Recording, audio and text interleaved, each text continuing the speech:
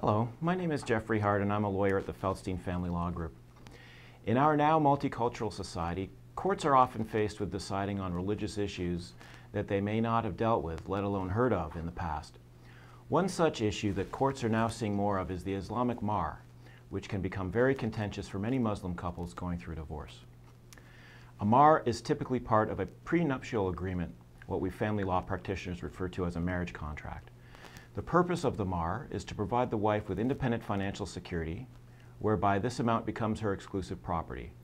A Mahr requires an agreed-upon sum or other asset or property to be paid or transferred from the groom to the bride, either on a specified date, on the occurrence of a specified event, or without any date or event specified. The differences of amount and payment date vary from culture to culture and can also vary based on what the couple themselves negotiate and upon which they agree. It is important to note that the marriage contract dealing with the Mahr is always entered into prior to the marriage. The questions that arise in family law are whether, and if so, how Ontario courts will enforce what may seem to be a purely religious obligation.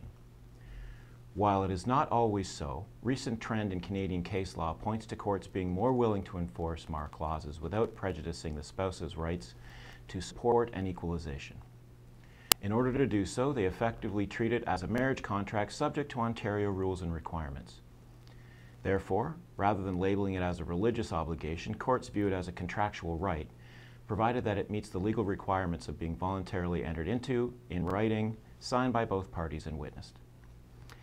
In the 2017 Court of Appeal case of Bakshi versus Hosseinzadeh, the judge shed some light on the issue of the Mahr agreement. In this case, the parties entered into an Islamic marriage contract in Iran and then immigrated to Canada. Mahr contained a clause requiring husband to pay wife 230 gold coins on her prompt request. After 18 years of marriage, wife brought an application in Ontario for divorce, custody, child support, equalization of property, and other relief. Pursuant to the Family Law Act, the trial judge ordered the husband to pay the wife $187,000 and post-separation adjustments of $44,449. The judge found that the value of 230 gold coins was $79,580 and concluded that the value of the Mahr was to be excluded from the calculation of net family property and added it to the equalization payment. The husband successfully appealed. Because the Mahr did not include terms which specifically excluded the gold coins from the husband's net family property, the Mahr payment should have been included in this calculation, which reduced the husband's net assets and increased the wife's net assets, resulting in an equalization payment of $36,520 to the wife. Although this may seem somewhat straightforward, it may not always be so. As this is a new and developing area of the law, there are many complications that can arise in deciding whether and how to enforce such a contract. It is important to understand that courts have stated they will not embark on a religious analysis to determine the purpose and intent of Islamic Sharia law regarding marriage and divorce when enforcing Mahr clauses.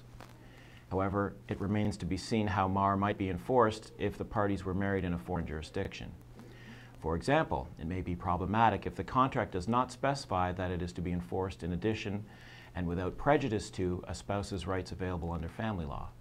Or perhaps it can be argued that the parties did not contemplate being subject to Canadian support and equalization laws when having drafted the marriage contract. Another example may be if the stated value of the Mahr is so high that it may be unconscionable to enforce it. As the issue of Islamic marriage contracts slowly but surely makes its way into Ontario family law, parting spouses who may be affected by it should definitely speak to their counsel about its enforcement.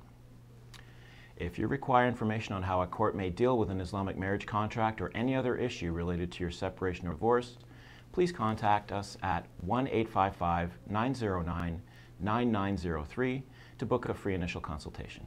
Thank you for watching, and I'll see you next time.